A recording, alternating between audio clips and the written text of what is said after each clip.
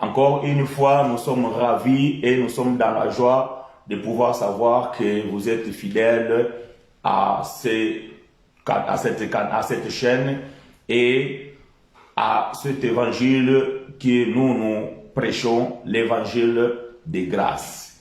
Nous prions que vraiment la faveur de Dieu soit sur chacun de nous dans cette belle journée et surtout ce matin. Bien-aimés, ce matin, nous avons comme thème l'Église dans la grâce n'a pas pour modèle Jésus de Nazareth, le Fils de l'homme. Soyez mes imitateurs comme je le suis moi-même de Christ, dit bien-aimé frère Paul. Vraiment, bien-aimé, je vous conjure et je vous supplie de pouvoir me suivre attentivement. Nous allons essayer d'être brefs et courtes, mais pertinents. L'objectif, bien-aimé, de l'évangile des grâces, le but de cette école de grâce, bien-aimé, c'est de pouvoir amener un peuple que Dieu s'est choisi lui-même depuis l'éternité à la compréhension de l'évangile et à la vérité biblique. Donc, bien aimé, notre but, c'est tout simplement aujourd'hui de pouvoir faire comprendre, c'est tout simplement de faire comprendre à l'Église qu'est-ce que est la vérité et quelles sont les révélations cachées dans les Écritures. Aujourd'hui, nous avons un problème dans les assemblées, entre guillemets, les églises. Parce que vous savez, et vous devez le savoir pour ceux qui ne le savent pas, l'église, c'est le corps de Christ.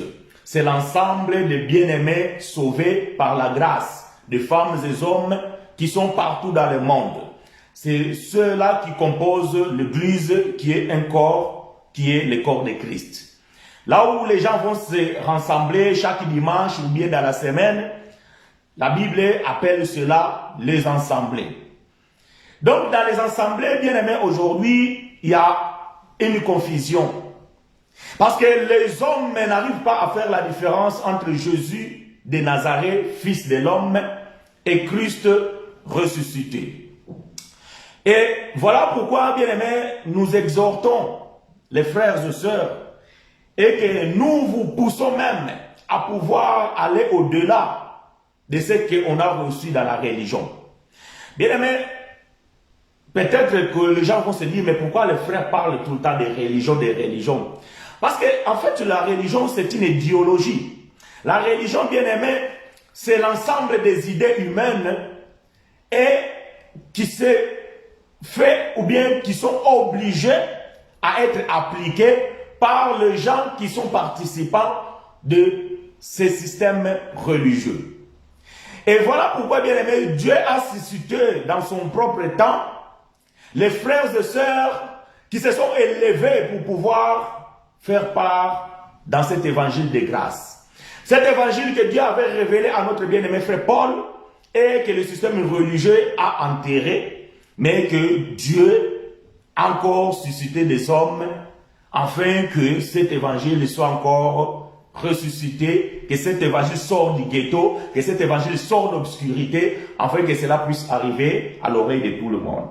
Voilà pourquoi nous disons, comme bien-aimé frère Paul avait dit, si moi j'ai semé, alors Apollos a arrosé. Bien-aimé, si moi je prêche, toi tu as le devoir de pouvoir partager ces messages. Afin que là où moi je ne suis pas arrivé, que ce message puisse arriver. Afin que là où moi j'ai pas des amitiés, que ce message puisse arriver. Voilà pourquoi, bien aimés, nous vous prions et nous vous conjurons à tous de pouvoir partager la vidéo et ce message. Je vous invite, frères et sœurs, de pouvoir ouvrir vos Bibles dans le livre de 1 Corinthiens chapitre 11, verset 1. 1 Corinthiens chapitre 11, verset 1. 1 Corinthiens chapitre 11 verset 1. Nous allons lire ensemble avec vous.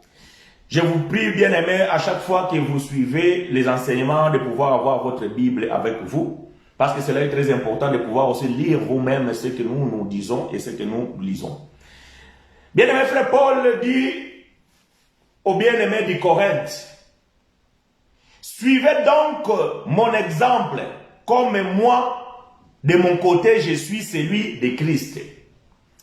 Dans d'autres versions, surtout les versions Louis II, que peut-être vous avez tous, dit ceci, soyez mes imitateurs, comme je le suis moi-même de Christ. Mais moi, je lis dans la version sommaire qui dit que soyez donc mon exemple, comme moi, de mon côté, je suis celui de Christ. Bien-aimé frère Paul, c'est lui l'architecte. Je veux que vous puissiez comprendre une chose et que cela soit clair. Nous ne vénérons pas Paul, parce qu'il y a déjà des frères qui m'ont déjà dit, qui m'ont déjà demandé, mais frère, pourquoi tu parles tout le temps de frère Paul? Motune etunama déjà koloba ete ke pona nini mosakoli tango nyonso oteyaka olobakaka molingami Paul. Paul azali likonzi. Paul c'est lui l'architecte. C'est lui qui a posé le fondement. C'est lui qui a établi la doctrine dans l'église. Donc si une église bien-aimée ne suit pas les enseignements de Paul, si une église ne suit pas la doctrine que Paul a prêchée, alors nous comprenons que cette église est égarée. Et nous comprenons que cette église ne se trouve pas dans la saine doctrine. Parce que c'est lui qui a posé le fondement, c'est bien-aimé frère Paul. Alors quelqu'un pourra dire, mais c'est à Pierre qu'on avait confié les clés du ciel. C'est à Pierre qu'on avait confié la responsabilité de l'église. Oui. Mais seulement, bien-aimé frère Pierre, lorsque la révélation a été donnée, lorsqu'il était à l'estase, Pierre, il avait refusé de recevoir la révélation. Voilà pourquoi Christ est allé chercher un homme qui était un assassin, un homme qui était persécuteur de l'église, un homme qui avait fait beaucoup de mal à l'église. Et Christ est allé à son rencontre. Il s'appelait Saul de Tarse. Et Christ, il a dit, désormais, je vais te faire subir la même chose qu'il était en train de faire subir à mon corps. Et c'est alors que Christ a choisi le bien-aimé frère Paul pour qu'il aille prêcher cet évangile de grâce.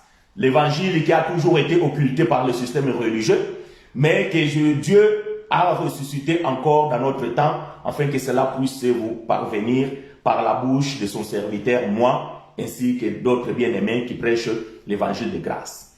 Donc nous avons pour modèle Paul. Voyez-vous? Voilà pourquoi lui-même, frère Paul, dit que soyez mes imitateurs comme moi je le suis de Christ.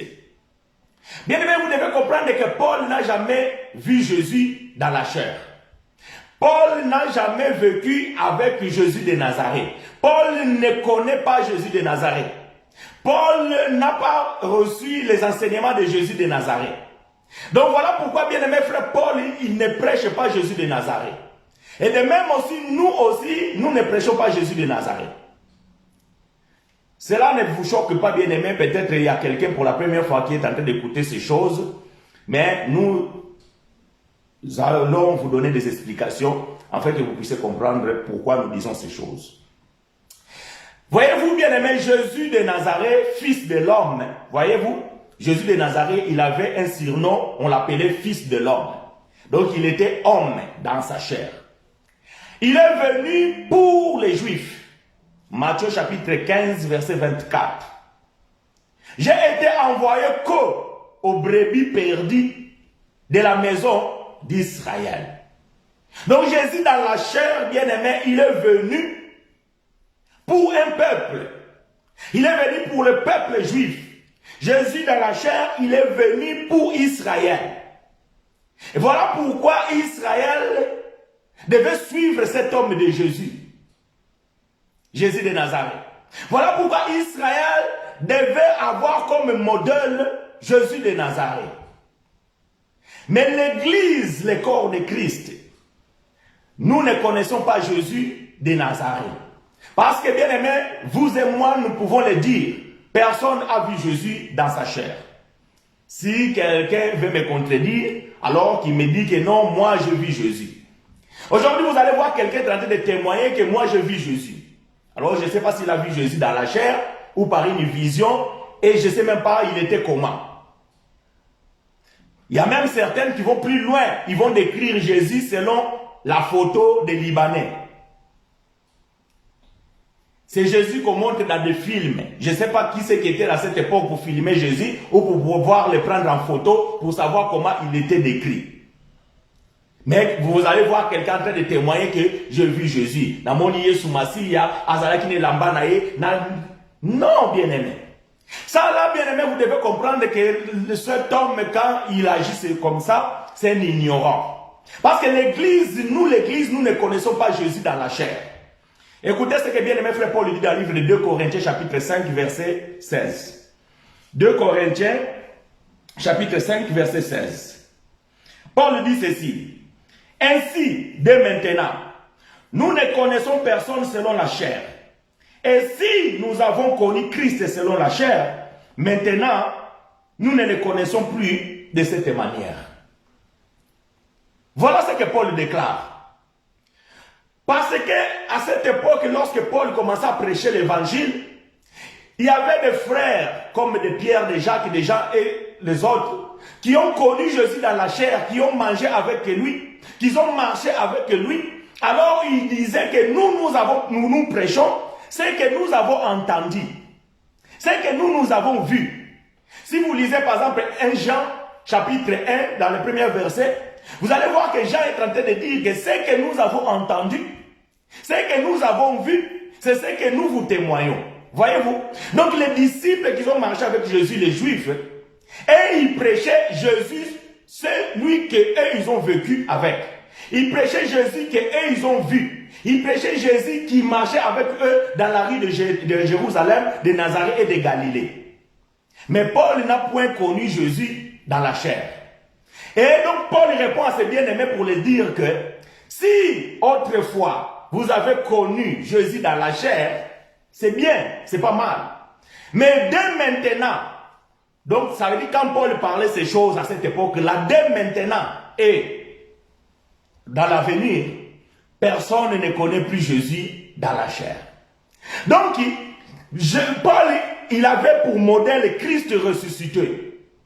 Le modèle de Paul n'était pas Jésus de Nazareth. Donc voilà maintenant quand Paul dit que soyez mes imitateurs, comme moi je le suis de Christ. Donc Paul ne dit pas de suivre Jésus de Nazareth, mais de suivre Christ ressuscité. Parce qu'il y a une différence entre Jésus de Nazareth et Christ ressuscité.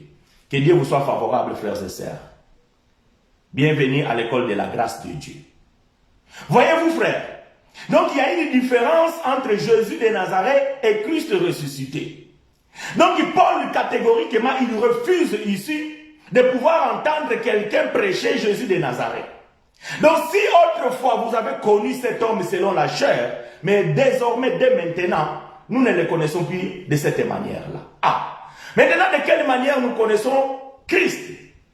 Si nous devons être des imitateurs de Paul, comme lui il est de Christ, ça veut dire que nous devons suivre ce que Paul a prêché, parce que ce que Paul a prêché ne l'a pas reçu d'un homme.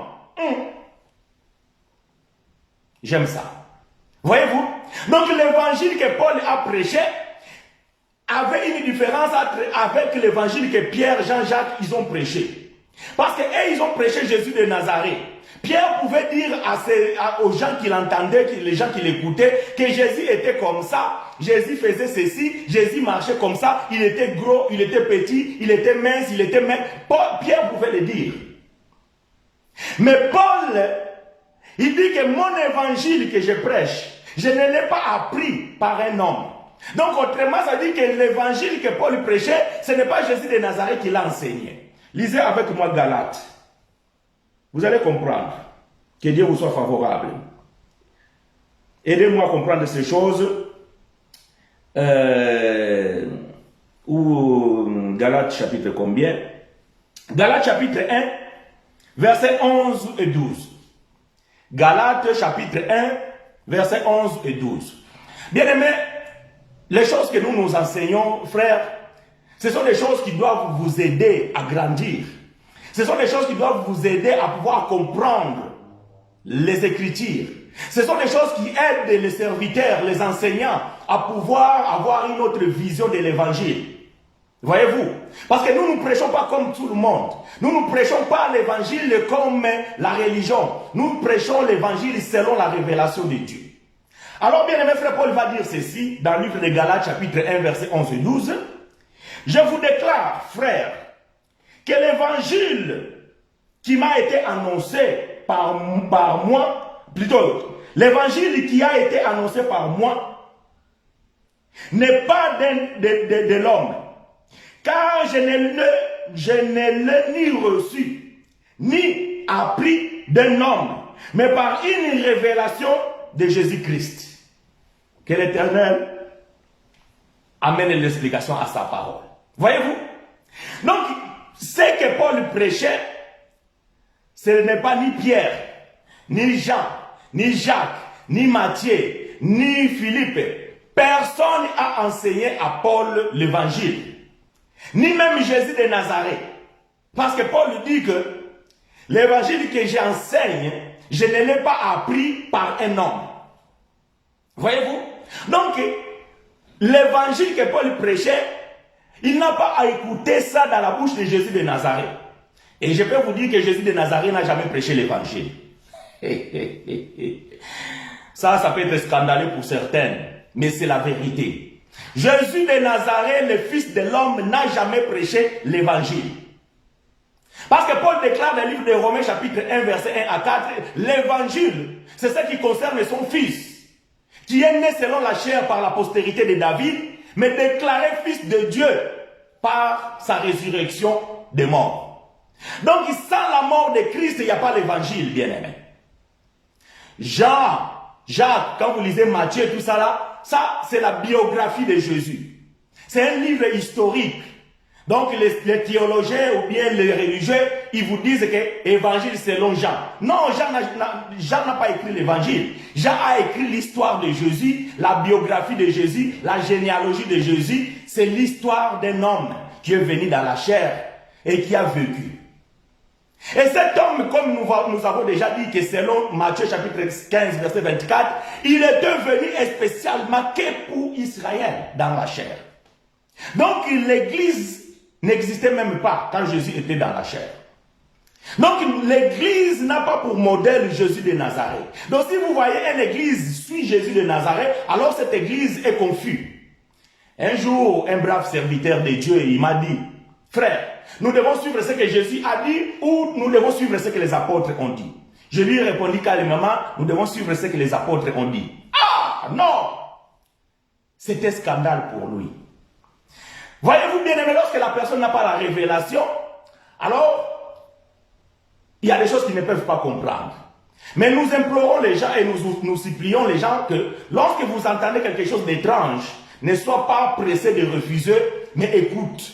Demande aux frères, demande à la personne qui te dit ces choses, pourquoi tu dis cela. Certainement, il a une explication parce qu'il n'est pas fou. Voyez-vous? Mais le bien-aimé, il ne m'a pas saisi. Donc quand je lui dis que nous devons suivre les apôtres, en l'occurrence apôtre Paul, parce que c'est lui notre modèle. Parce que c'est lui-même qui dit, et vous allez voir à plusieurs reprises, Paul répète ces choses, soyez mes imitateurs. Je pense qu'il a répété plus de 5 ou 6 fois dans les Écritures. Soyez mes imitateurs. Et parce que moi-même je le suis de Christ. Maintenant, l'église aujourd'hui, entre guillemets, donc les assemblées, ils suivent Jésus de Nazareth. Le bien-aimé, il m'a dit, si Jésus nous a montré l'exemple, il s'est fait baptiser, pourquoi vous refusez de se faire baptiser? Et vous dites que le baptême d'eau ne sert à rien. Si Jésus lui-même, il a jeûné 40 jours, pourquoi vous dites que non, nous ne pouvons pas jeûner? Si Jésus lui-même, il a fêté la Pâque, pourquoi vous dites que nous ne pouvons pas fêter la Pâque? Ah, voilà la question qu'on nous pose. Et nous allons vous répondre. Pourquoi Nous ne pouvons pas suivre l'exemple de Jésus. Matthieu chapitre 5, verset 17. Matthieu chapitre 5, verset 17. Écoutez. La Bible dit ceci. Ne croyez pas que je suis venu pour abolir la loi ou les prophètes. Je suis venu non pour abolir, mais pour accomplir. Ah, j'aime ces choses. Voyez-vous, Jésus de Nazareth, il était venu pour pouvoir accomplir la loi. Or, la Bible dit, tout ce qui est sous la loi, tout ce qui accomplit la loi, il est sous la malédiction. Donc, Jésus, lorsqu'il est venu dans sa chair, il était sous la malédiction. Ne soyez pas scandalisés, frères. Ça, c'est l'évangile. Jésus était sous la malédiction. Parce que Jésus accomplissait la loi. Voilà pourquoi il devait mourir. Parce que tous ceux qui étaient sous la malédiction, ils devaient mourir. Voyez-vous?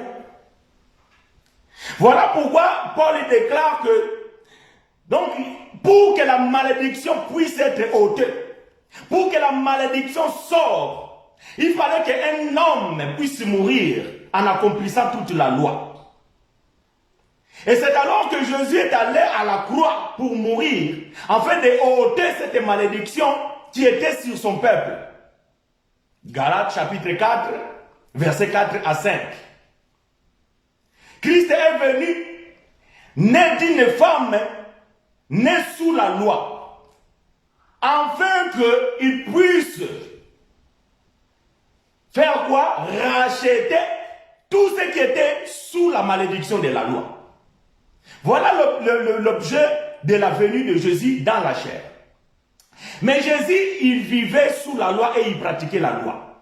Au 8e jour, on l'a mené dans le temple, on l'a circoncis et on l'a consacré, selon la loi de Moïse.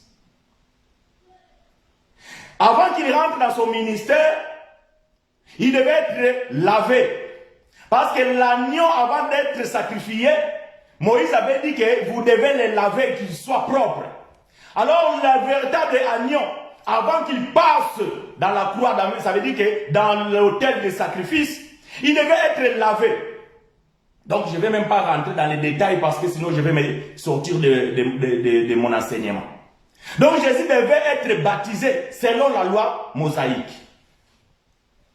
Lorsqu'il finit, lorsqu'il sort des eaux du baptême, il devait maintenant rentrer dans son ministère. Étant que juif, Jésus devait aller gêner. Il devait s'affliger selon la loi de Moïse.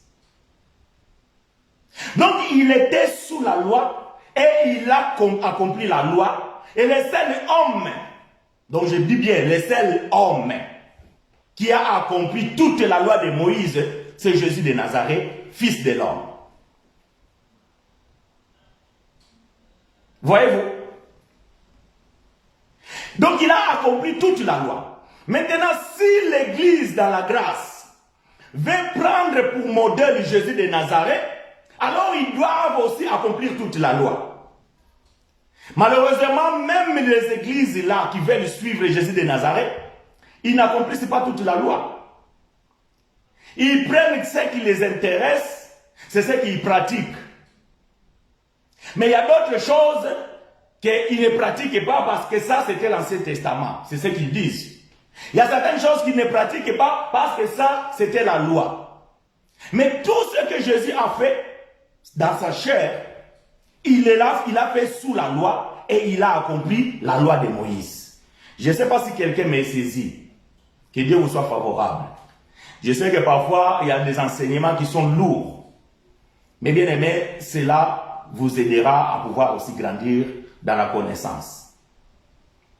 Donc voyez-vous, donc cet homme de Jésus, cet homme qui était dans la chair, il est venu dans un pays, au milieu d'un peuple, et il devait marcher selon le rite et selon la loi établie pour ce peuple.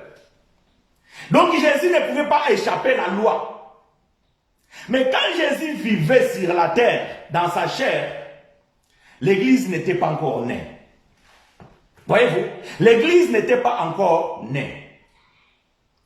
Donc, si l'église dans la grâce reçoit pour modèle Jésus de Nazareth, alors vous devez comprendre que cette église vit dans l'ignorance. Vous devez comprendre que cette église vit dans la confusion. Hosanna, que Dieu vous soit favorable. Mais nous, bien-aimés, nous avons la révélation de ces choses. Voilà pourquoi lorsque nous affirmons les choses, bien-aimés, nous apportons les preuves par les Écritures.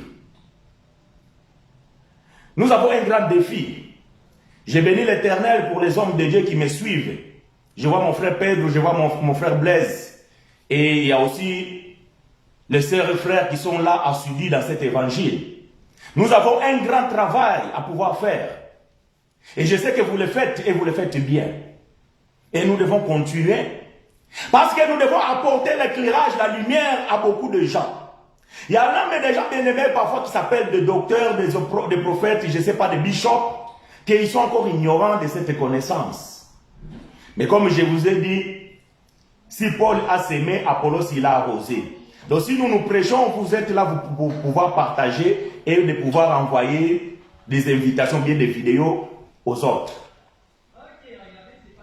Donc bien aimé, l'église dans la grâce a pour modèle Christ ressuscité. Donc nous devons suivre tout ce que Christ ressuscité a fait. Or, vous allez comprendre que le Christ ressuscité, bien aimé, il s'est manifesté dans l'église sous forme de l'esprit. Je ne sais pas si quelqu'un m'a saisi. Ça veut dire que aujourd'hui le modèle de l'église c'est Christ ressuscité. Mais ce Christ ressuscité, bien aimé, il n'a pas vécu dans la chair, dans l'église. Donc comment maintenant nous pouvons avoir pour modèle ce Christ-là alors qu'il a vécu par l'esprit? Voilà pourquoi, bien aimé, nous avons lu dans l'introduction 1 Corinthiens chapitre 11 verset 1, là où bien aimé frère Paul est en train de dire que soyez mes imitateurs comme moi je le suis de Christ. Pourquoi? Parce que Paul dit que l'évangile que je prêche, je ne l'ai pas appris par un homme, mais je l'ai reçu par la révélation lorsqu'il était ravi au 3e ciel. Donc si nous voulons savoir comment Christ a vécu après la résurrection, si nous voulons avoir le modèle de Christ ressuscité, donc nous devons voir Paul. Nous devons écouter Paul. Est-ce que quelqu'un me reçoit? Donc voilà pourquoi, bien aimé, vous allez comprendre que à chaque fois que nous parlons, il y a toujours ce nom qui vient dans nos bouches, frère Paul, frère Paul, frère Paul. C'est pas que nous, c'est pas une vénération. Nous ne vénérons pas Paul, nous ne nous adorons pas Paul. Paul c'est mon frère à moi, Paul c'est votre frère à vous. Mais c'est à lui qu'on a confié cette tâche. C'est lui qui est monté au 3e ciel. C'est lui qui a reçu la révélation de l'évangile. Et donc, bien aimé, si nous n'avons pas pour modèle Paul, donc vous ne pouvez pas prêcher l'évangile. Donc vous allez prêcher l'évangile de Pierre. Or, Galates chapitre 2, verset 9 est clair. Paul, Jean et Jacques, plutôt Pierre, Jean et Jacques, ils étaient mandatés pour aller prêcher les Juifs. Qui est juif ici? Atombola Moussapinae. Dis Amen ou bien mets un j'aime, mets un cœur, je ne sais même pas. S'il y a un juif parmi nous ici, alors qu'il se manifeste. Donc l'évangile, si vous suivez le modèle comme l'évangile de Pierre, si vous suivez le modèle comme l'évangile de Jacques, si vous suivez le modèle comme l'évangile de Jean, donc bien aimé, vous allez vite comprendre que vous êtes sous la malédiction. Parce que nous n'avons pas pour modèle lui. Paul n'a pas dit que soyez nos imitateurs, moi, Jean, Jacques, non, soyez mais. Donc, c'est lui. Donc, le prénom personnel suis. Je suis, je. Pas nous, pas on, je, moi. Donc, nous avons pour modèle Paul. Maintenant, la question que nous devons poser à tous les prédicateurs. Comment est-ce que Paul a prêché? Est-ce que vous prêchez comme Paul? Est-ce que votre évangile, il s'identifie par l'évangile de la révélation? Est-ce que vous prêchez la grâce, mais la grâce authentique? Parce qu'aujourd'hui, bien aimé, beaucoup de gens prétendent prêcher la grâce. Mais quand vous entendez, bien aimé, il n'y a rien de grâce. Oh, beaucoup même pensent que prêcher la grâce, c'est venir ici, commencer à parler que la grâce signifie ça, la grâce c'est ci. Non. Bien aimé, la grâce c'est toute une vie. La grâce c'est l'ensemble des enseignements posés par le fondement de bien-aimé frère Paul. Donc si vous ne maîtrisez pas les enseignements, la sainte doctrine qui a posé bien-aimé frère Paul, alors bien-aimé, comprenez que vous n'êtes pas dans la grâce et que vous ne prêchez pas grâce. Donc si Paul a dit qu'il n'a pas été appelé pour baptiser, pourquoi vous vous baptisez les gens dans les eaux? Parce que lui qui a posé le fondement, celui qui a posé la doctrine, il a dit que je n'étais pas envoyé pour pouvoir baptiser. Mais pourquoi vous vous baptisez les gens dans les eaux? Voyez-vous? Or, Jésus de Nazareth, il pratiquait toutes ces choses. Il faisait les jeûnes. Il commémorait la Pâque. Il fêtait tous les fêtes juives. Il montait dans la montagne. Vous le savez, Jésus, chaque fois, il allait dans la montagne prier. Il était un juif. Il ne pouvait pas s'échapper de ses rituels, de ses ancêtres.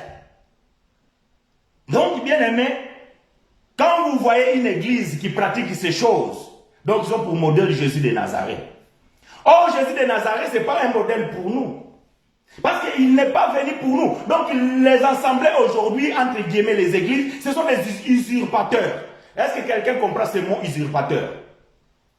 Usurpateur, ça veut dire que c'est quelqu'un qui prend l'identité de l'autre. Donc moi, comme ça, si quelqu'un sort quelque part avec mon identité, il a usurpé mon identité. Donc l'église aujourd'hui, ils ont usurpé le culte juif. Et vous allez dans les assemblées, vous allez trouver le culte juif. Alléluia. Hosanna à toi. Que Dieu te bénisse, frère Pierre. Voyez-vous? Donc il fallait que Paul vienne.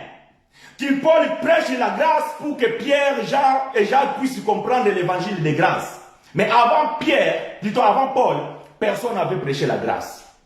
Malheureusement, aujourd'hui, bien aimé, dans notre société, dans les assemblées, nous voyons les églises en train de pratiquer le judaïsme. Les gens pensent qu'ils sont en train de prêcher, sont en train de faire de cultes honorables à Dieu. En fait, ce sont des cultes juifs. Écoutez ce que frère Paul va dire. Romains chapitre 9, verset 4 à 5. Romains chapitre 9, verset 4 à 5. Paul dit ceci. Qui sont Israélites?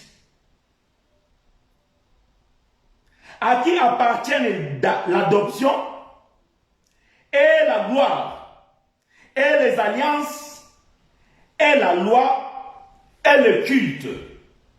Verset 5.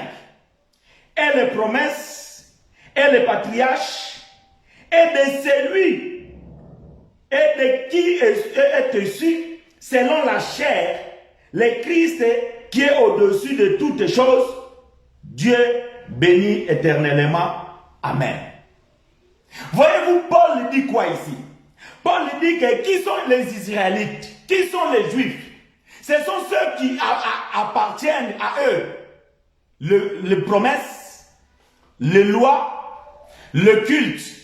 Et c'est à eux qui a été issu Jésus selon la chair. Donc Jésus selon la chair, il ne sort pas dans l'église. Il sort chez les Juifs, chez les Israélites. Je ne sais pas si vous avez votre Bible, bien aimé. C'est ce que Paul est en train de dire ici. Qui sont les Israélites? Qui sont les Juifs? Romains chapitre 9, verset 4 à 5. Qui? Donc, quand vous rentrez dans une église, vous voyez ces rituels, le culte, comme les cultes juifs. Alors, vous devez les poser la question, êtes-vous des Juifs? Êtes-vous des Israélites? Parce que le culte que vous faites là, c'est le culte juif. Quand vous implorez le sang de Jésus, c'est le culte juif.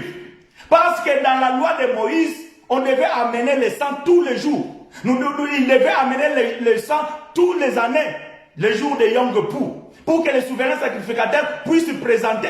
Et le sang des animaux devait couler chaque fois, pour se faire pardonner. Et vous pensez que Jésus est encore dans la chair, vous implorez le sang. Mais je vous dis que si vous avez connu Jésus selon la chair, c'est lui qu'on a tué et que son sang a versé. Aujourd'hui, il n'est plus dans la chair. Donc vous ne pouvez plus invoquer le sang. Quand vous invoquez le sang ne peut pas descendre parce que Jésus n'est plus dans la chair. Il n'est pas le Jésus de Nazareth, ce n'est pas le modèle de l'Église. L'Église a pour modèle Christ ressuscité, avec un corps glorifié. Et ce corps glorifié n'a pas la chair ni le sang, parce qu'il est dans le ciel. Alors que bien aimé frère Paul dit dans le livre de 1 Corinthiens 15, que la chair et le sang n'hériteront pas le ciel. Donc Jésus ne peut pas monter avec le corps charnel. Maintenant quand vous implorez le sang, ce sang-là vient d'où? Voilà la question qu'on vous pose. D'où vient ce sang que vous implorez? Si Jésus n'a pris dans la chair, donc il n'a plus de sang. Donc il ne peut plus se couper là dans le ciel pour faire tomber le sang et qu'il vienne vous purifier dans vos assemblées. Hosanna. Que Dieu vous soit favorable, bien-aimés. Soyez bienvenus à l'école de la grâce de Dieu. Voyez-vous? Donc quand vous rentrez dans ces assemblées-là, vous allez comprendre que leur culte ne se diffère pas au culte juif. Vous allez voir, ils vont décréter 15 jours de jeûne et prière. Mais ce sont des choses qu'on voit dans le culte juif. Mais dans la grâce, bien-aimée, ces choses ne sont pas là pour modèle pour nous. Si quelqu'un a des questions, bien-aimés, vous posez votre question et nous allons vous les répondre à la fin de ce message. Qui sont les Israélites? À qui appartiennent les patriarches? À qui appartiennent les lois? À qui appartiennent le culte? Et dont il est issu, Jésus, selon la chair. Mais l'Église bien-aimée est exemptée de ces choses. L'Église bien-aimée, nous ne pratiquons pas ces choses. Jésus de Nazareth, ce n'est pas notre modèle, frère. Il était juif. Et il est venu pour son propre peuple. Romains chapitre 15. Romains chapitre 15, versets 8 et 9. Romains chapitre 15, versets 8 et 9. Partagez la vidéo, frère. Partagez la vidéo, sœur. Je lis. Voici, en effet, ce que j'affirme. J'aime frère Paul. Voyez-vous, cet homme, il était un bon éloquent et intellectuel. Et je bénis l'Éternel parce que Dieu a capacité des hommes et des femmes qui puissent comprendre ces choses. Parce que l'évangile de la grâce, nous le disons jour et nuit, bien-aimés, c'est l'évangile qui nécessite dans la foi que nous ajoutons la vertu et la connaissance. Autrement, bien-aimés, vous allez rester dans le flou. Parce que quand on fait la lecture, nous devons utiliser l'intellect. Et bien aimé, Paul dit, Romains chapitre 15, verset 8 et 9, voici en effet ce que j'affirme. C'est une affirmation. C'est d'abord que le Christ est venu se mettre au service des Juifs pour montrer que Dieu est fidèle en accomplissant les promesses faites à leurs ancêtres. C'est d'abord. Donc quand on dit c'est d'abord, ça veut dire que la première fois, premièrement, lorsque Christ, dans la chair, ça veut dire Jésus de Nazareth, est venu, il est venu pour les Juifs. Il est venu afin que la promesse, afin que la parole qui a été annoncée dans la bouche d'Ésaïe, dans la bouche d'Ézéchiel, dans la bouche de Malachie, dans la bouche de Zacharie, afin que cette parole s'accomplisse, parce que toutes les promesses et toutes les prophéties étaient pour Israël. Voilà pourquoi, premièrement, il devait se manifester chez eux, les Juifs. Et Paul dit que j'affirme, donc c'est une affirmation, que premièrement, d'abord, que le Christ est venu se mettre au service des Juifs. Donc Paul est en train de confirmer Matthieu chapitre 14, verset 24. Que Jésus est venu aux brebis perdues de la maison d'Israël. Verset 9. C'est ensuite qu'il est venu pour que les non-juifs, de leur côté, louent Dieu à cause de sa bonté, comme le dit l'Écriture, je vais te célébrer parmi les nations et je chanterai ta gloire. Ah. Donc Paul dit par la suite. Donc il y a un commencement et il y a une fin. Mais Paul dit que Jésus d'abord est venu pour les Juifs, pour accomplir les promesses. Et Jésus est venu par la suite pour les non-juifs, pour les païens. Ah. Mais est-ce que Jésus est venu deux fois? Ici, bien aimé, vous allez utiliser l'intelligence. Vous allez utiliser l'esprit éclairé. Jésus, lorsqu'il est venu dans sa chair, il était juif. Il a vécu avec les juifs, il a fait des choses avec les juifs. Lorsqu'il meurt, il est enterré, ou bien enseveli. 3 jours après, il revient et il se manifeste, après il s'en va. Mais Jésus fait une promesse. Il est avantageux que je m'en aille. C'est-à-dire qu'il est avantageux que le corps de Jésus disparaisse, afin que Jésus, l'Esprit, c'est-à-dire que Christ, l'Esprit, vienne. Donc c'est la venue de l'Esprit. Lorsque l'Esprit est venu, nous ne le connaissons plus selon la chair, maintenant nous le reconnaissons comment? Dans l'Esprit. Voilà la venue maintenant, la suite de venue de Jésus pour les païens. Non, les païens n'ont pas reçu Jésus de Nazareth. Les païens n'ont pas reçu Jésus selon la chair. Voyez-vous, j'aime ces choses. Donc Jésus que les païens ont reçu, il est venu en esprit. Mais pour que ce Jésus vienne en esprit, il fallait que la mort intervienne. Ah, j'aime ça. Allons voir, Jean chapitre combien? Je ne sais pas si je vais trouver cette écriture. Permettez-moi, frères et sœurs. Jean chapitre 14, je pense, moi, si j'ai la bonne mémoire, je vais le chercher dans la Bible des Semères. Et Jean, Bible des Semères, Jean chapitre 14. Non, pas un Jean, Jean, on a dit. Pourquoi tu viens? Jean, il est où Jean? Tac, il est là. Jean chapitre 14.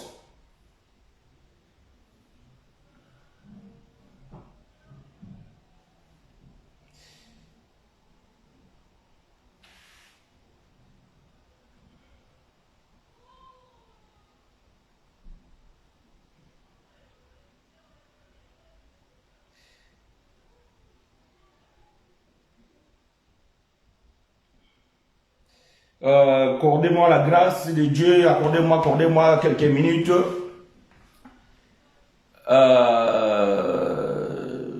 Jean chapitre 12, je pense. Attendez. Comprenez-moi.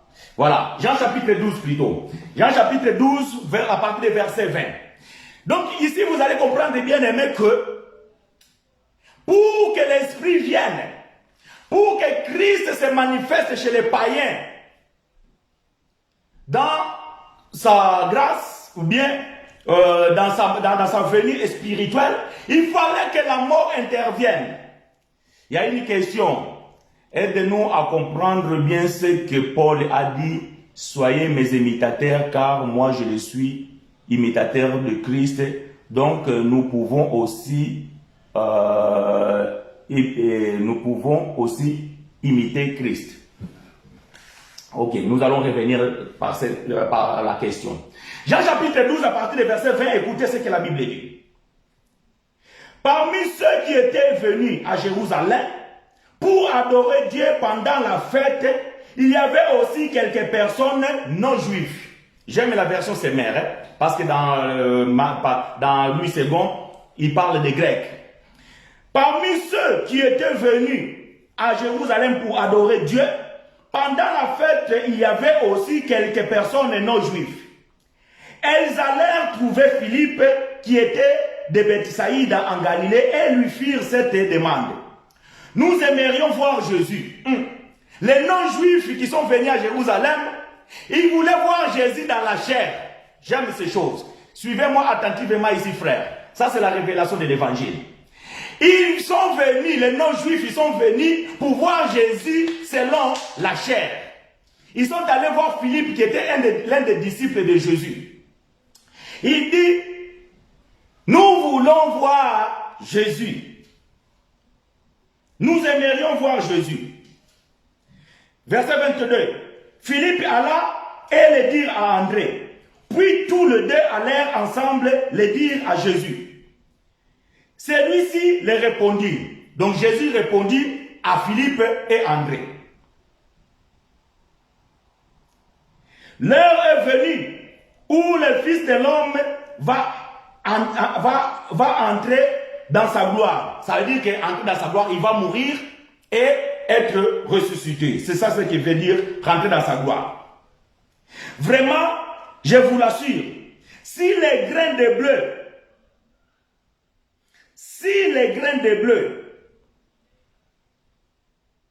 que l'on a jetés en terre ne meurent pas, il reste un grain unique. Mais s'il meurt, il porte des fruits en abondance. Ola, Hosanna. Bien-aimés, ces non-juifs qui étaient montés à Jérusalem, ils entendaient parler de Jésus de Nazareth, selon la chair. Mais ils l'ont point vu. Mais ils ont dit c'est une bonne occasion pour nous de pouvoir connaître cet homme, de pouvoir connaître Jésus dans la chair. Bon, pour avoir l'accès au maître, ils devaient passer par l'intermédiaire des disciples. Alors ils sont allés voir Philippe. Et Philippe est allé voir André. André sont allés voir Jésus pour demander que, Seigneur, il y a des non-juifs, des non-croyants, il y a des païens dehors qui veulent te voir physiquement. La question était simple, frère. La question était simple, sœur. Jésus devait tout simplement dire, écoute, allez dire à ces gens-là que je n'ai pas besoin de les voir et qu'eux, ils n'ont pas besoin de me voir. Ou sinon, Jésus devait dire, ok, allons-y, ou faites-les entrer. Mais écoutez la réponse de Jésus. Jésus dit que l'heure vient où le Fils de l'homme, c'est-à-dire que Jésus dans la chair, il va être glorifié. Et Jésus va faire une analogie. C'est-à-dire ce que nous appelons l'analogie, c'est prendre un exemple d'une chose pour expliquer une autre. Jésus va dire ceci. Si les grains de bleu ne tombent et qu'il ne meurt, il ne restera seul. C'est-à-dire que les grains de bleu doivent tomber. Lorsque les grains de bleu va tomber, il va faire quoi? Va mourir. Parce que quand on met une graine dans la terre, c'est pour qu'il meure. Parce que si les graines ne meurent pas, il ne peut pas germiner. Donc il ne peut pas pousser. Oh, c'est une métaphore. Donc Jésus est en train de prendre, il est en train de faire une analogie. Donc Jésus voulait dire que moi je suis le grain de bleu qui est tombé du ciel. Parce que le grain de bleu, quand il tombe dans le ciel, il doit produire beaucoup de grains.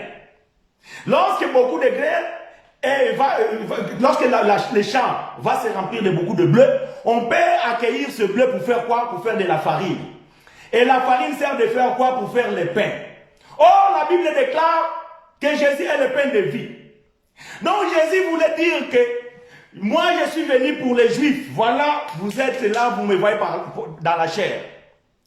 Mais les païens, pour qu'ils puissent manger le pain vivant, le pain qui donne la vie éternelle, ils doivent d'abord entendre que le bleu tombe dans le ciel, que les grains tombent dans la terre et qu'ils meurent. Ah! Donc pour que les païens connaissent Jésus, il faut que Jésus meure. Parce que si Jésus ne meurt pas, les païens ne connaîtront pas Jésus, ne connaîtront pas Christ. Parce que selon la chair, Jésus n'est pas venu pour les païens. Selon la chair, Jésus n'est pas venu pour l'église. Donc l'église qui est constituée des nations et quelques juifs, donc ne devait seulement connaître Jésus lorsqu'il meurt et la résurrection. Voilà pourquoi Paul dit que nous prêchons Christ crucifié. Malheureusement, aujourd'hui dans les églises, on nous prêche Jésus de Nazareth, le Fils de l'homme. Le surnom de Jésus dans la chair était le Fils de l'homme. Mais quant à nous, bien-aimés, nous avons reçu l'Esprit vivifiant qui habite en nous. Et quand tu te vois toi-même, tu ne vois pas Jésus dans la chair, mais il habite en toi. Comment? En esprit. Donc si les autres ils ont connu Jésus dans la chair, mais c'est Jésus n'a jamais entré dans eux. C'est Jésus n'a jamais assu en eux.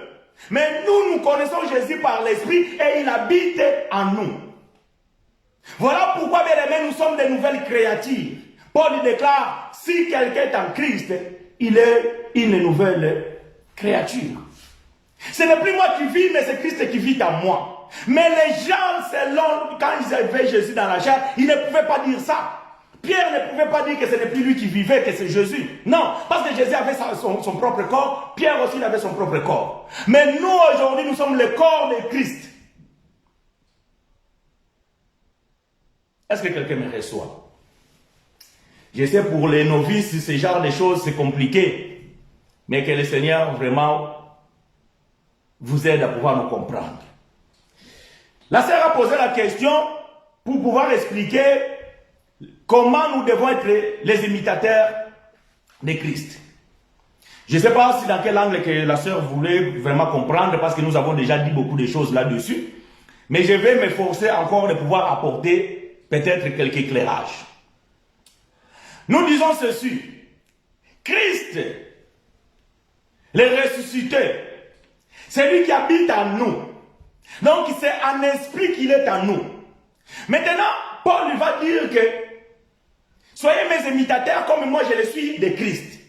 C'est même Paul va dire que ce n'est plus moi qui vis, mais c'est Christ qui vit en moi. Donc si Christ vit en moi, donc je dois vivre la vie de Christ. Maintenant, bien aimé, vivre la vie de Christ sur la terre, c'est quoi? C'est vivre selon l'esprit. Or, Galates chapitre 5,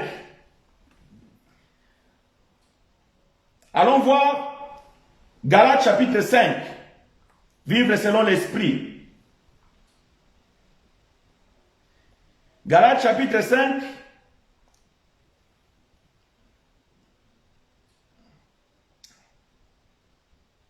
verset 22, et nous descendons.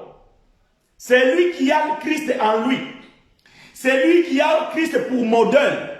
Il doit vivre selon l'esprit. Parce que Christ est esprit. Aujourd'hui, nous ne connaissons plus Christ selon la chair. Aujourd'hui, nous connaissons Christ selon l'esprit. Et l'esprit de Christ qui est en nous, voilà ce qu'il nous demande. Galates chapitre 5, verset 22. Mais le fruit de l'esprit, c'est l'amour. Ah, la vie de Christ, c'est l'amour. La joie. La vie de Christ, c'est la joie. La paix. La vie de Christ, c'est la paix. La patience. La vie de Christ, c'est la patience. La bonté. La vie de Christ, c'est la bonté. La bénignité. La vie de Christ, c'est la bénignité. La fidélité. La vie de Christ, c'est la fidélité. La douceur. La vie de Christ, c'est la douceur. La tempérance. La vie de Christ, c'est la tempérance. La loi n'est pas contre ces choses. Donc, si nous marchons selon l'esprit, bien-aimé, nous ne serons plus sous la loi. Et la loi ne peut pas être contre la vie de ceux qui vivent la vie de Christ. Donc, être imitateur de Paul, c'est-à-dire que Paul avait toutes ses qualités. C'est-à-dire que Paul avait de l'amour. Paul avait de la patience. Même dans sa souffrance, Paul était dans la joie. Parce que Paul dira qu'on m'a fait souffrir, on m'a battu, on m'a mis dans la prison. J'ai souffert beaucoup de choses, mais j'ai toujours gardé la joie. Même la Bible dit, Paul dit qu'on m'a mis les chardes, un ange de Satan m'a mis les chardes. J'ai prié 3 fois, mais Dieu m'a dit que ta grâce me suffit. Voyez-vous, Paul avait les qualités de Christ. Christ, ils l'ont torturé dans sa chair. Mais il n'a rien dit. Mais ça, l'église qui suit Jésus dans la chair ne savent pas le faire. Jésus dans la chair, il a dit, si on t'a frappé à gauche, donnez la droite. Combien ils l'ont déjà fait dans l'église? Mais il faut suivre Jésus de Nazareth, oui ou non? Voyez-vous? Donc, avoir la vie de Christ, être imitateur de Paul, comme lui-même il était de Christ, c'est aussi pouvoir vivre la joie dans la souffrance. Je ne sais pas si quelqu'un m'a compris. Vivre la joie dans la souffrance. Bien aimé, la chair, elle est faible. Elle connaîtra des problèmes. Elle connaîtra des maladies. Elle connaîtra la persécution. Elle connaîtra des souffrances. Mais celui qui vit dans l'esprit, il a la joie, mais sa joie n'est pas la joie terrestre. Parce que nous savons qu'un jour nous allons abandonner cette tente. Nous allons abandonner ce corps. Ce corps va être enterré, il va pourrir, sera mangé par des vers de terre. Mais c'est l'esprit qui va retourner vers le Père. Donc voilà, même si nous sommes dans la souffrance charnelle ou bien physique, bien aimé, un enfant de Dieu, il doit toujours garder la joie. Il doit toujours garder la paix. C'est quelqu'un qui ne se perturbe pas. C'est quelqu'un qui ne se tracasse pas. C'est quelqu'un, même lorsque les problèmes sont là, il est confiant. Voilà pourquoi Paul a dit à ces bien-aimés-là, il voulait se donner la mort lorsque les prisons se sont ouvertes dans Actes chapitre 16. Mais Paul l'a dit non, crois seulement au Seigneur Jésus. Rien ne te sera fait de mal. Aie ta confiance au Jésus. Aie ta confiance à Christ. Et tu verras qu'on ne va pas te tuer. Oh bien-aimé, Paul dira, même si je meurs dans ma chair, la mort, c'est un gain pour moi. J'aime cet homme. La mort, c'est un gain. Pourquoi la mort, c'est un gain? Parce que quand quelqu'un meurt, bien aimé, il va directement au ciel. Il va directement auprès du Père. Son esprit retourne. Son corps est tué. Son corps est assassiné. Parfois même, le corps est disparu dans l'incendie. Peut-être même le corps est disparu dans l'accident. C'est pas grave. Mais un enfant de Dieu, il a l'espoir. Parce que son esprit.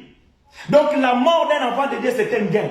Parce que cela te précipite de retourner vers le Père. Voilà pourquoi lorsque un enfant de Dieu vit la vie de Christ, il n'a peur de rien. Même si ta chair, elle est faible, elle a la peur. Mais spirituellement bien aimé, tu te dis, Seigneur, la Bible dit, tout concourt au mieux de ce que tu aimes. Et en toutes choses, nous devons rendre gloire à lui. Voilà la vie de Christ bien-aimé. Voilà l'exemple que nous devons suivre. Voilà le modèle que nous avons bien-aimé. Notre modèle, ce n'est pas Jésus de Nazareth. Ce n'est pas Jésus de Nazareth. Il était juif. Et il a vécu sous la loi. Et il a fait des choses sous la loi. C'est ainsi, bien-aimé, que vous devez comprendre que ces choses, c'est vraiment très important. Nous allons voir ce que Paul a dit à notre bien-aimé, à nos bien-aimés dans le livre de Corinthiens, chapitre 4. Nous allons lire du verset 14 jusqu'au verset 17. 1 Corinthiens, bien-aimé, nous allons arriver bientôt à la fin de ce message. Nous allons mettre point virgule, parce que vous savez que nous ne mettons pas point, parce que l'enseignement continue. 1 Corinthiens chapitre 4, verset 14 à 17.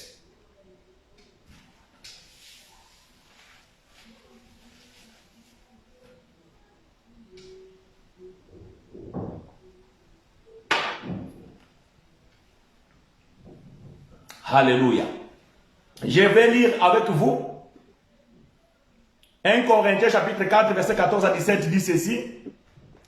Si j'écris ainsi, ce n'est pas pour vous remplir de confusion. C'est pour vous mettre en garde comme des enfants bien-aimés. En effet, même si vous aviez 10 000 maîtres dans la foi en Christ, Vous n'avez cependant qu'un seul Père, car c'est moi qui vous ai fait naître à la foi en Jésus-Christ, en vous annonçant la bonne nouvelle ou l'évangile. Je vous invite donc à suivre mon exemple. Donc soyez mes imitateurs, selon version Louis II. C'est dans cette intention que je vous ai envoyé Timothée, mon fils bien-aimé et fidèle dans le Seigneur. Il vous rappellera les principes de vie chrétienne qui sont les miens, tels que je l'enseigne partout dans toutes les églises. Alléluia. Voilà ce que Paul est en train de dire aux Corinthiens. Il dit que je vous écris ces choses. Ce n'est pas pour vous remplir de confusion, mais c'est pour vous mettre en garde comme des enfants bien-aimés. En effet, si vous avez beaucoup de maîtres, bien-aimés, je vais vous dire ceci.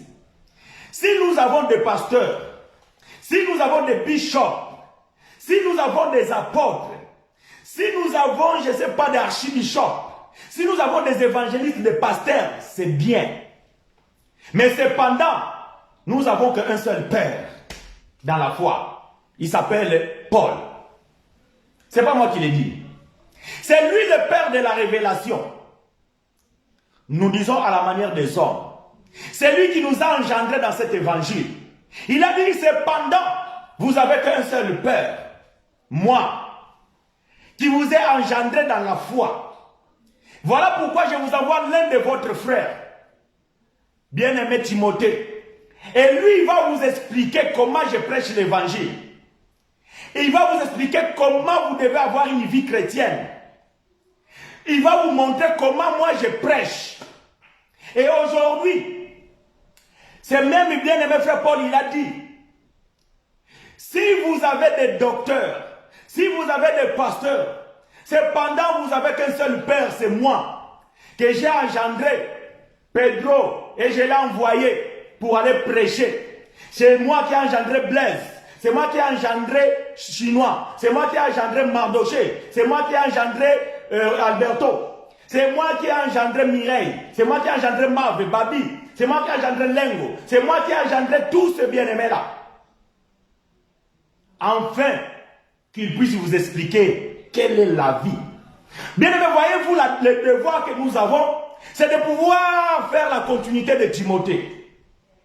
Si Paul avait envoyé Timothée au Corinthe, aujourd'hui, Paul m'a envoyé moi, afin que l'Église aujourd'hui puisse écouter ces messages. Il a envoyé nos bien-aimés qui prêchent la grâce, afin que la communauté là où il se trouve puisse écouter cet évangile. Il n'y a qu'un seul Père,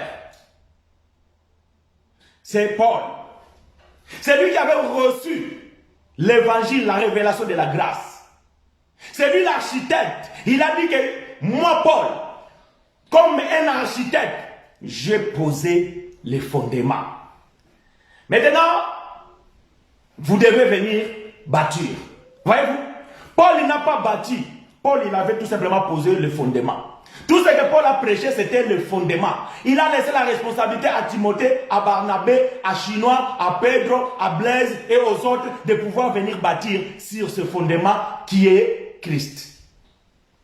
L'évangile de grâce. Voilà le modèle que nous avons bien aimé. Voilà comment les prédicateurs de la grâce doivent prêcher. Ils doivent prêcher comme Paul a prêché. Je ne suis pas en train de dire ici que nous ne pouvons pas lire le livre des Jean, que nous ne pouvons pas prendre un exemple que Jésus de Nazareth a fait. Je vous ai toujours dit ici, un courrier qu'on envoie pour un frère X, ça peut tomber entre les mains d'un frère Y.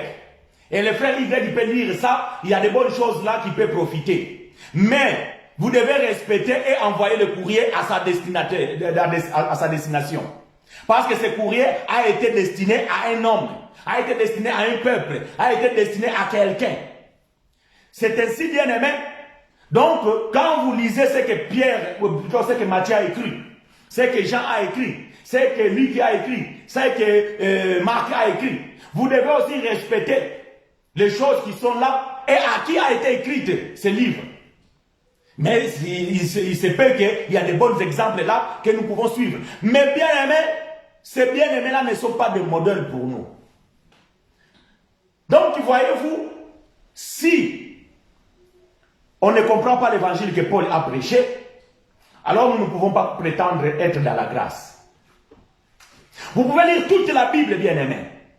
Si la loi a été donnée à Moïse, la grâce et la vérité est venue à Jésus et la grâce a été donnée à Paul. Jean chapitre 1, verset 17, moi j'ajoute. Oh frère, la Bible a dit il ne faut pas ajouter, il faut enlever, il faut pas enlever. Non, moi je n'ai pas écrit la Bible. Je suis en train d'ajouter dans mon explication. La loi a été donnée à Moïse, la grâce et la vérité est venue. Voyez-vous, n'a pas été donnée, est venue avec Jésus et Jésus l'a donnée à Paul au 3e siècle. Et Paul nous les a transmis. Et nous avons reçu cette révélation. Voilà pourquoi nous prêchons l'évangile de la grâce. Dans cette école, là où nous sommes tous des élèves et nous évoluons selon la grâce que Dieu a mis dans chacun. Je sais que ce que nous prêchons ici, vous tous, vous ne les comprenez pas de la même chose, de la même manière plutôt. De même aussi, bien aimés, nous les prédicateurs aussi, nous ne prêchons pas de la même manière parce que la grâce est diversifiée. Aux uns, il a dit, il les appelait comme apôtres, aux autres, il les appelait comme pasteurs, aux autres, il les appelait comme évangélistes, aux autres comme des docteurs, aux autres comme des prophètes, mais chacun selon la mesure que la grâce de Dieu l'a été donnée. Un jour, vous pouvez peut-être écouter un frère en train de prêcher la grâce. Vous ne faut pas dire que non, il ne prêche pas comme le frère chinois. Non, le frère chinois, il a une grâce particulière. Les frères aussi en question, il a aussi une grâce particulière. Et vous aussi, lorsque vous entendez ces choses, vous avez aussi une compréhension selon la grâce que Dieu vous donne et la maturité que vous avez à comprendre ces choses. Mais, bien aimé, ce qui est très important, c'est que vous êtes dans une école là où nous devons progresser de jour à jour, en gloire, et soyons renouvelés d'intelligence en esprit. Voilà l'objectif de cette école. Bien aimé, nous ne prêchons pas ici pour que quelqu'un puisse recevoir le salut. Non, le salut, nous l'avons, bien aimé. Soit tu l'as, soit tu l'as pas. Soit tu es choisi, soit tu n'es pas choisi. Ok, je vous dis, bien aimé, aucune, comment dirais-je, aucun pasteur, ou bien aucun enseignant, ou bien aucun prédicateur prétend prêcher pour pouvoir sauver les vies. Non, ça c'est une erreur. Une prédication ne peut pas sauver des vies. Les prédications sont là pour nous éveiller, pour nous éclairer, pour nous ouvrir la compréhension. Mais pas pour nous donner le salut. Celui qui donne le salut, c'est Jésus, c'est par la grâce. Le salut ne s'obtient pas par d'autres moyens, par la grâce. Mais l'enseignement, bien aimé, c'est là pour que cela puisse nous aider à pouvoir vivre dans la connaissance et pas parler dans l'ignorance. Mon peuple périt faute de connaissances. Pourquoi le peuple périt? Parce qu'il n'y a pas des enseignants. Mais pourquoi il n'y a pas des enseignants? Parce qu'ils ne sont pas appelés. Pourquoi ils ne sont pas appelés? Parce qu'ils ne sont pas choisis. Mais, gloire à Dieu, il y en a ceux-là qui sont appelés, qui sont choisis et qui sont envoyés pour pouvoir prêcher ces choses. Vraiment bien aimé, donc je suis ravi aujourd'hui encore une fois de plus. Donc nous avons ajouté une connaissance dans notre bagage. Que Dieu vous soit favorable. Je pense qu'il n'y a pas vraiment de questions. La matière a été claire. Mais s'il y a des questions bien aimées, vous avez 2 minutes de pouvoir les poser. Ou sinon,